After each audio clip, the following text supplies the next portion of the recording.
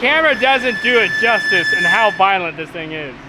But you can obviously tell when he goes from like, okay, I think we're good, to just, oh, bam! So it's been kind of up and down here at Tandem. Nothing bad or horrible. It's just been, that's how business flows sometimes. We're really busy, and then sometimes we're not so busy. Yeah, I'm overzealous when I'm thinking about the cash flow. I never had no handouts, just came natural. I've been testing so much, all these restless nights, all these different situations that I've been through.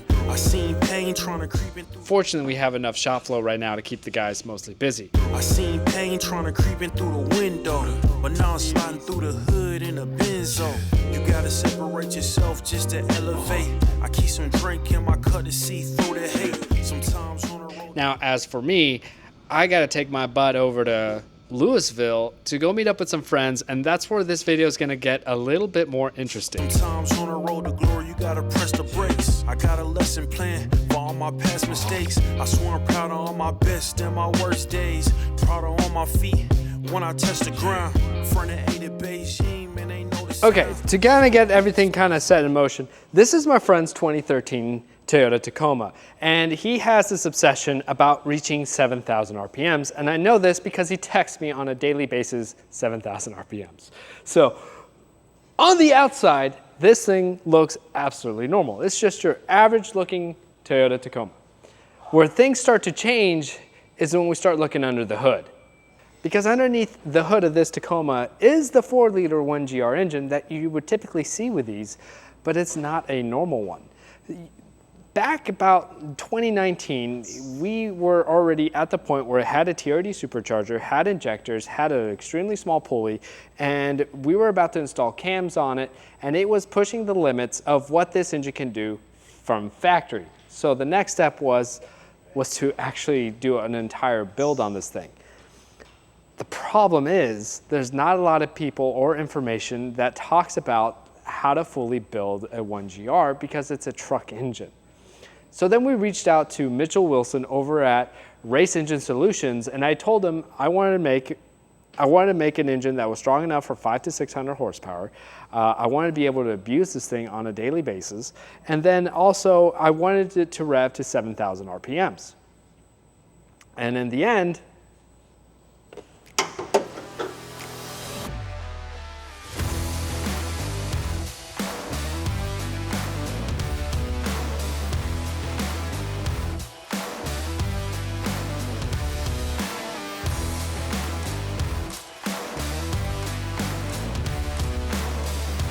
so now our foundation is there. We have the supercharger and we have the internals all built. Now, what is a 1GR gonna do at 7,000 RPMs? Well, that's what we're gonna find out. And the people that are the best qualified to help me out in this endeavor is Richard over at Evolution Dynamics. And so that's why I am heading over to Louisville.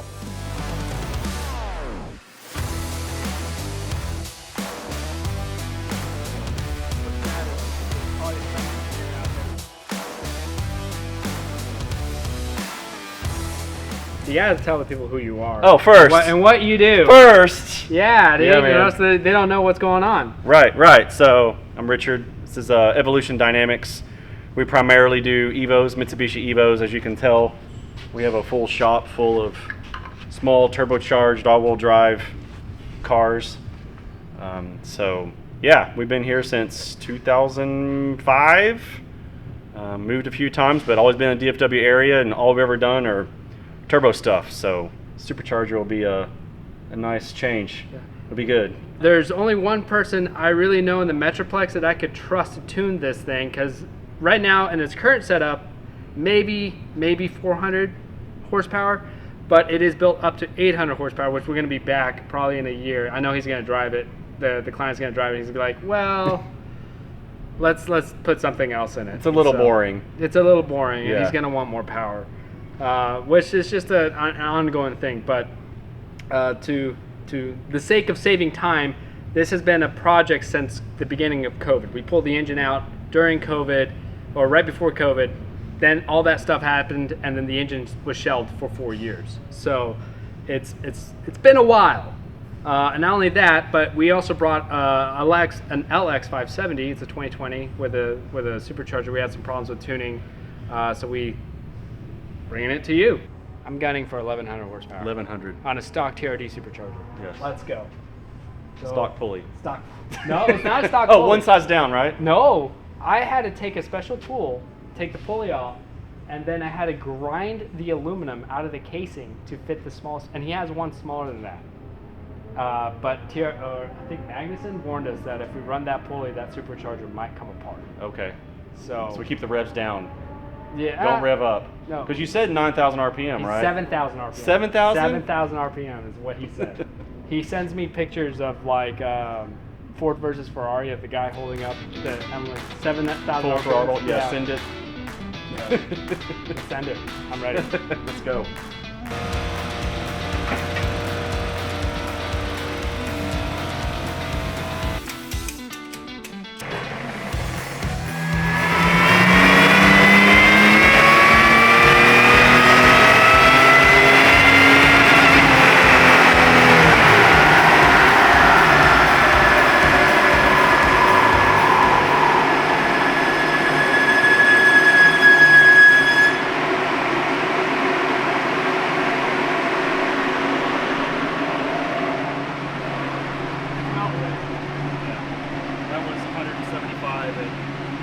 Not even half throttle.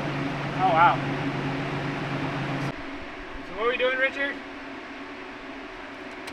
Did a pull, first pull, maybe half throttle. Made almost 200 horsepower at 4.5 pounds of boost. It was way rich, so now we're gonna lean it out and then we're gonna do another pull and see what it does. Loading the tune now. Woo! Yeah!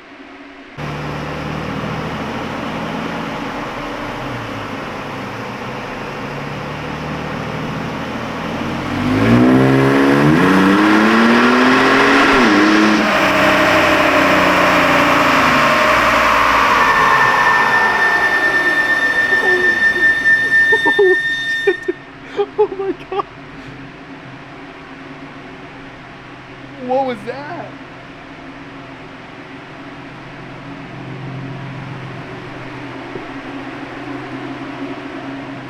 Yeah, the transmission still. That was 10 pounds of boost. Is that what you were That was expecting? violent. Yeah, that was 10 pounds of boost. that was full throttle. I mean, it looked like she had some pep to it. Yeah, that was 250 horsepower. I got out of it at 4,000 just because it started shifting. Weird. Yeah. I don't think I was fully in third gear when I did that. I thought it was. I think I miscounted. Probably at 10 pounds of boost. Seems kind of low. Well, it's pig rich. Oh, is she? It's pig rich, and I got 9 degrees of timing, which is nothing. Oh, okay. I turned the timing way down on purpose, just until we get our feet underneath us. So let me lean it out more. So he's backing off fuel right now. He says that the last pull, it was just barely above 2 rich. So he just took it down even more. So maybe we'll see what it does now. He's just trying to dial in the fuel ratios before we go ahead and start adding timing so we don't burn up the motor. I am scared.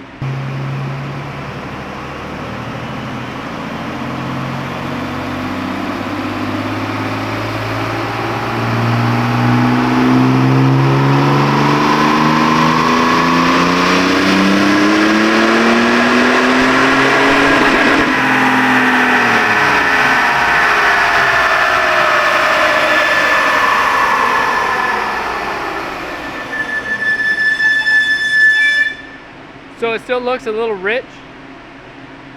The one thing to kind of note here is that he is short shifting. This engine has been modified, this 1GR has been modified to go to 7,000 RPMs. So we're short shifting at 5,500, the stock redline, which means we still have 1,500 RPMs more to go. I had to math that in my head, something so simple, but I am also so tired.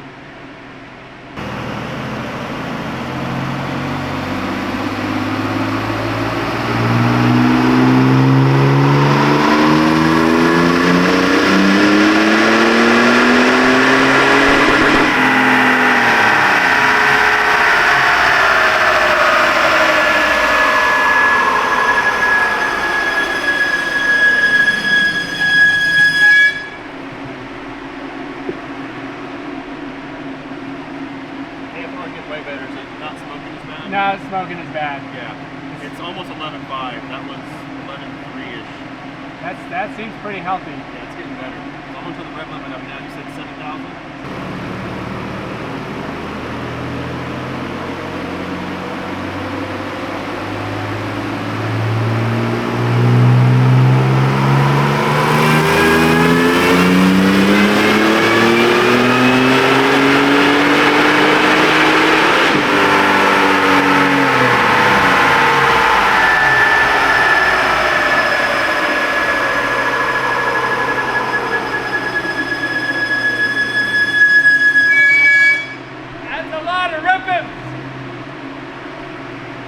Sorry. You're good, man. All right, so where are we at? The last pull, we'll pull it up, was 285 horsepower, 312 foot-pound of torque to the wheels. That was at 9 and change pounds of boost, 9.2 pounds of boost. A little bit lean, and then it goes rich. So we're going to adjust the fuel table some more, add a little bit of timing, a degree or two, and see where we are. But it's really happy right now where it is. Yeah.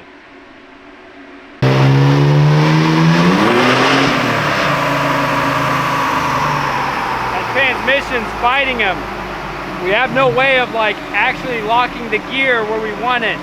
So he has to play with the throttle to get it to stay in the gear and then get on it. But when he gets on it too early, it downshifts.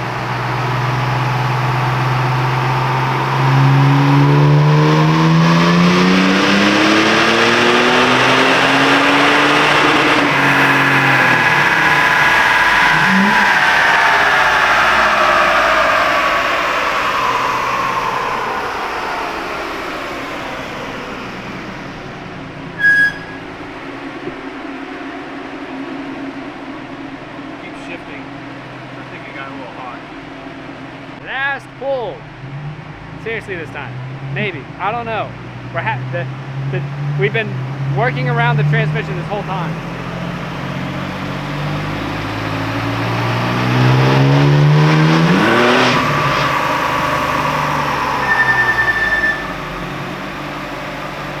I think we're fatigued. We're tired. It's my debit card. 747.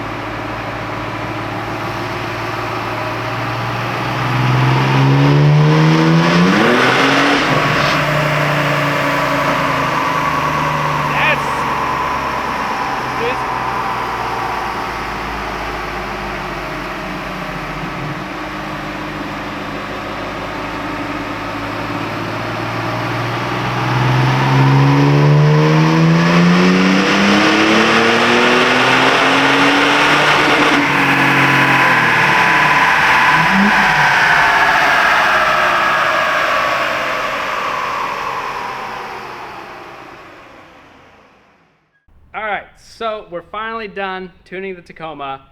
That was kind of an adventure in a way. We found limitations. The engine's not the limitation. I think it's, well, Richard probably can explain it better than I can because this is his field. This is what he does on a daily basis. So what are our limitations on this Tacoma now? So we determined that first limitation is when you get past 6,000 RPM, the MAF can't handle it. It just drops off. So MAF went flatline, the injectors didn't know what to do, so it went rich and it wasn't happy. So we know we're going to have to change the MAF tube, get a larger MAF in there. That'll help it breathe, which is a whole other issue. After, 5,700, it falls off a cliff with the horsepower and the torque. So we feel like it's got a stock exhaust, so we feel like it has a lot of back pressure in the system. So we're going to put an aftermarket exhaust on it. We're going to change up the header design a little bit, make it flow a little better.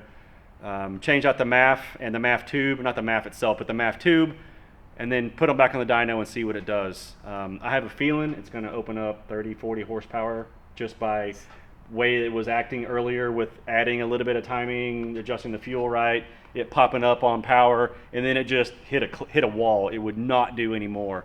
So after we get all that done, it should be a whole lot breathe a whole lot better. So that makes me feel better because that's how I was thinking of it, but I have a tend to overestimate on things. And Fair. so I was thinking, yeah, I think we still have 30 horsepower that needs to be unlocked, but and for those that don't know, did we say the numbers yet? So our final numbers was 312 horsepower and 345 foot-pounds of torque. Now we did dyno this 4 years ago before the whole engine overhaul and everything, and it's the exact same numbers, but the difference is back then we did it at 11 psi on a cold supercharger, and this is after a 2.5, 3 hour dyno session. 17 pulls. 17 pulls at 8 psi. 8.7 psi, it made the exact same numbers. So we know there's plenty of room to grow. The injectors did hit above 80 duty cycles. Yeah, that was max duty cycle, and that was when it was a touch rich. Yeah, and so there is a lot of aftermarket. I will be going on a full build list on this whole separate video, but this is something that's been over 4 years in the making, and I struggled finding somebody that could tune it. And Richard rose to the occasion, and super cool, very smart gentleman. If you have an Evo as your, besides your Toyota, you gotta talk to these guys because they know what they're doing. Other than that, what was like the biggest differences? Because you tuned Evos a lot. How did it feel going from an Evo to a Toyota Tacoma? Because that's a whole different spectrum. It's a whole lot different. It's a lot different. So the Evo is a very mature platform. It has been tuned a million times. I mean, there's several different ways you can tune the Evo. There's a whole lot of tables you can do. You can adjust things that you probably shouldn't be adjusting in the car itself. So this car has had a long history of, it was actually, I feel like it was designed by Mitsubishi to be tuned with the way they laid everything out. So it's a very tunable car. The Tacoma is not presented that way, which is why it lags in the development of actually being able to adjust these things and putting aftermarket parts and tuning the engine properly. We don't have access to as many tables. It also acts a little different as far as the strategy of tuning. The way that the torque control works, the fueling works, all of that is significantly different than the Evo. Certainly was a challenge. It wasn't something that was just done overnight. It took quite a bit of research, and quite literally it was just old school brute force. Let's try this, see how it reacts. Okay, that didn't work. Let's try this over here, see how it reacts. Okay, that was better. Let's do a little more of that and be even better than that. So yeah, it was certainly a learning curve. I feel like I got a handle on how the Tacoma does, and off to future. Yeah, and the best part is that engine's in the 4Runner, the Tacoma, the FJ Cruiser, and yeah, I think that's pretty much it. But and some Tundras, very rare, extremely rare. But that being said, the one thing that we're going to try to start exploring is actually building more tunes between Richard and I for Toyotas and Lexus. So we're going to be doing the GX 460 first. We'll have way more on that. It's not something that's going to happen by tomorrow, but we're going to start developing that tune for the GX 460. And as we go through it, we're going to document it, and we're going to share that journey with you guys. So you know what, it's not just how do you explain it to me earlier? It's like, oh, the butt dyno tells me it's good, but we want to show you guys the science behind it. And I think that's kind of cool, because then you know what you're paying for and what you're getting, and it's a new realm that as Tandem wants to go into, and I'm pretty sure Richard over here at Evo Dynamics wants to. So yeah, I'm excited for the future, for sure. And then that's it. Thanks, man. I appreciate it. Anytime. It's like 9 o'clock, I think. 8:37. 8:37. I'm gonna go home. Yeah, it's time to go home. Let's lock up. Let's lock up. Okay, so I know the dyno graph looks a little messy. It's really hard because this transmission is built by IPT. It's a very snappy transmission, and unfortunately with the Tacoma and the automatic transmission, the way this is set up, we can't technically lock it in a gear. We have to finagle the throttle to get it to stay in a gear, and then we can do our dyno pulls. But we did hit 312 horsepower and 347 or something like that foot-pounds of torque, which is impressive and not impressive if you think of all the work that we have done to this thing. But there's a couple limitations here. We found out that the MAF can't handle 7,000 plus RPM or 6,000 plus RPMs, and the exhaust is quite not big enough. And this is kind of stuff that we knew going into this, And there's still some power to unlock here, and we're gonna be going through this to try to figure out what we need to do to unlock the rest of this. On top of that, we know the TRD Supercharger has vast amounts of limitations, and it's probably not gonna stay in this vehicle for much longer, and we're gonna have to figure out another solution. The engine can handle up to 15 PSI, and we're making 312 horsepower at 8 PSI. So there's a lot of power to untap here, and I'm excited but sad because it feels like we're finally on the road. We're driving this thing, but the journey's still kind of, you know, there's still a little bit left to go, and it's gonna be interesting. So if you guys like today's video, hit the like button, subscribe, all that stuff, and I will see you guys on the next one.